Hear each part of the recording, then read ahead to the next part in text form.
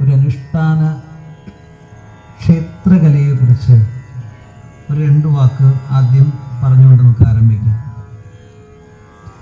എന്തായാലും ഇങ്ങനൊരു പുണ്യമാകുന്ന ക്ഷേത്രത്തിൽ നിങ്ങൾ എത്ര ഭാഗ്യവാന്മാരാണെന്ന് ഞാൻ വിചാരിക്കുക.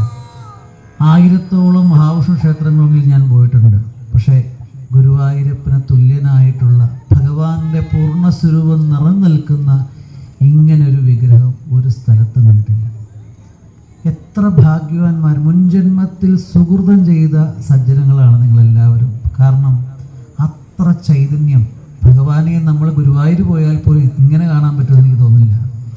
സാക്ഷാൽ ഗുരുവായൂരപ്പൻ എങ്ങനെയാണോ വിരാജിക്കുന്നത്, ആ ചതുർബാഹുവായിരിക്കുന്ന ഭഗവാന്റെ പൂർണ്ണസ്വരൂപത്തെ നമുക്ക് അടുത്തറിയുവാൻ പുതക്കുഴിയിൽ വന്നാൽ മതി എന്നുള്ള സത്യമായ കാര്യം. സുഹൃതം ചെയ്ത ജന്മങ്ങളാണ് നിങ്ങളെല്ലാം.